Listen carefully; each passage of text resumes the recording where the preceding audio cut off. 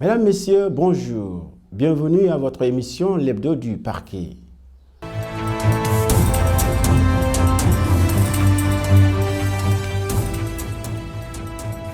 Au sommaire, l'affaire Aïda Ndiong, la chambre d'accusation a renvoyé au 11 mars le délibéré. Procès Hissène Habré, le domicile de l'ancien président du Tchad a été perquisitionné le mercredi dernier à Ouakam par les forces de l'ordre. Traque des biens mal acquis, le Conseil constitutionnel a reconnu la Cour de répression de l'enrichissement illicite. Arrestation de Medzo Diatta, le délibéré du chanteur et producteur de l'émission Dinamaner, a été renvoyé au 13 mars prochain. Grosse saisie de drogue, la police de Yeumbeul a saisi 1 tonne 500 de chanvre indien dans la nuit du 4 au 5 mars dernier.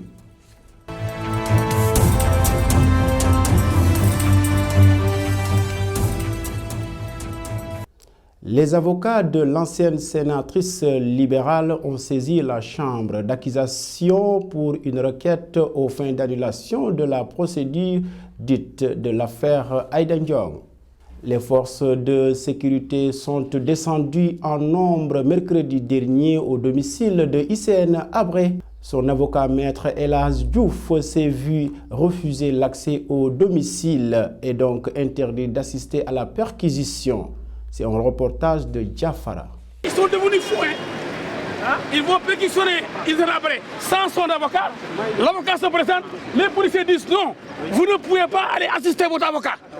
Et c'est Marcel Mendy qui disait que si les avocats n'assistent pas à leur client, c'est des menteurs, c'est des corrompus. Moi je suis venu pour assister à la perquisition, c'est ce que la loi prévoit. Je n'ai même pas été informé. Ces voyous d'un policier là me bloquent et me violentent, vous l'avez vu. Ils m'ont empêché d'accéder à la maison de Habré. C'est des criminels. Qu'est-ce qu'ils sont venus chercher? Je ne sais pas. Mais ils n'ont pas le droit de le faire sans l'avocat d'Habré. Ce sont des tricheurs. Ils sont malhonnêtes. Mais ils sont payés pour début.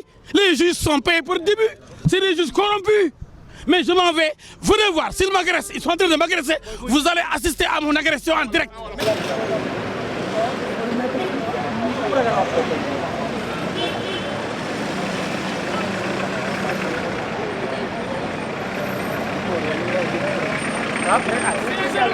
C'est des pauvres, c'est des corrompus, c'est des vendus, c'est des gens qui s'opposent à l'exercice de la défense, c'est des vauriens, des corrompus.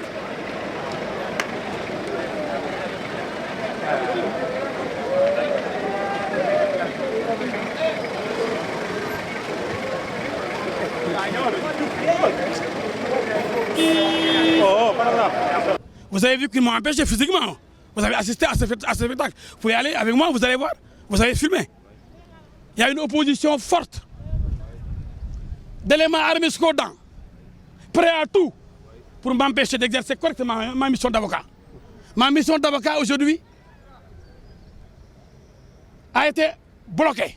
La Cour de répression de l'enrichissement illicite est bel et bien constitutionnelle. C'est l'avis de la Cour constitutionnelle qui s'est prononcée en sa faveur en milieu de semaine. Notre reporter Fatou Bintouane apporte les éclairages. Le lundi 3 mars 2014, les sages du Conseil constitutionnel, dans leur arrêt, ont rendu leur décision sur la loi portant création de la Cour de répression de l'enrichissement illicite. La Cour suprême a non seulement dépassé ses limites de sa compétence, mais aussi et surtout a empiété sur celle du Conseil constitutionnel. Se sont-ils insurgés? Et cela, Cheikh Tidiane Diakhaté et les autres sages du Conseil ne peuvent pas l'accepter. Pour lui mettre les points sur les i, en rappelant, notamment aux membres de la plus haute juridiction, que l'appréciation de la conformité de la Constitution échappe complètement à l'emprise de la Cour suprême. Que cette mission est expressément et exclusivement dévolue au Conseil constitutionnel à l'article 92 de la Constitution. Rappel, Karim Wade est emprisonné à Rebeuss depuis le 17 avril dernier dans le cadre de la traque des biens supposés mal acquis. Celui qu'on surnommait joyeusement ministre du Ciel et de la Terre a été incriminé pour malversation financière et concussion à hauteur de 694 milliards. Arrêté pour corruption et non-respect de feux de signalisation, Medzo Diatta a reconnu jeudi les faits devant le juge. Les avocats des deux parties donnent leur version au micro de El Hadj Mbaye. Comme je l'ai dit lors de mes plaidoiries, cette affaire-là, c'est le procès de la société sénégalaise. Vous savez que notre société est particulièrement complexe. Depuis quelque temps, nous avons amorcé une lutte contre la corruption sur toutes ses formes. Et je pense que ce procès-là, c'est le procès de la petite corruption. La corruption quotidienne, la corruption de tous les jours, qui gangrène notre société. Et que cette forme de corruption, il est vrai que tous les Sénégalais, dont Medzo Diatta lui-même, ne sont pas du tout d'accord avec ce type de comportement. Mais je tiens à réitérer une chose. C'est que Medzo Diatta, c'est mon client, il est vraiment très choqué de la tournure qu'a pris ces faits. Écoutez, je pense que nous sommes au Sénégal. Le Sénégal est un pays, je dis, complexe, dans la mesure où les gens, en général, les choses qu'ils critiquent ne sont pas ces choses-là qu'ils font.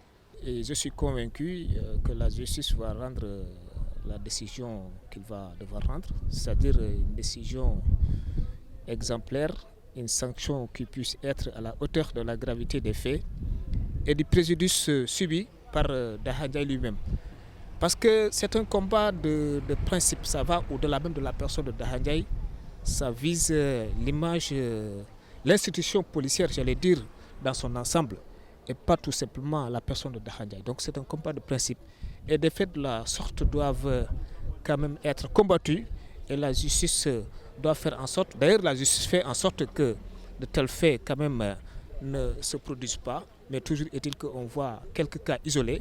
En tout état de cause, vous avez vu aujourd'hui que M. Daha Ndiaye a démontré aujourd'hui que la police, en tout cas les éléments qui la composent, sont des personnes intègres. Et il appartient toujours au juge de décider en toute souveraineté de sanctionner ou de libérer ou d'être clément. Donc ce n'est pas à nous d'être clément ou d'être sévère. Non, non.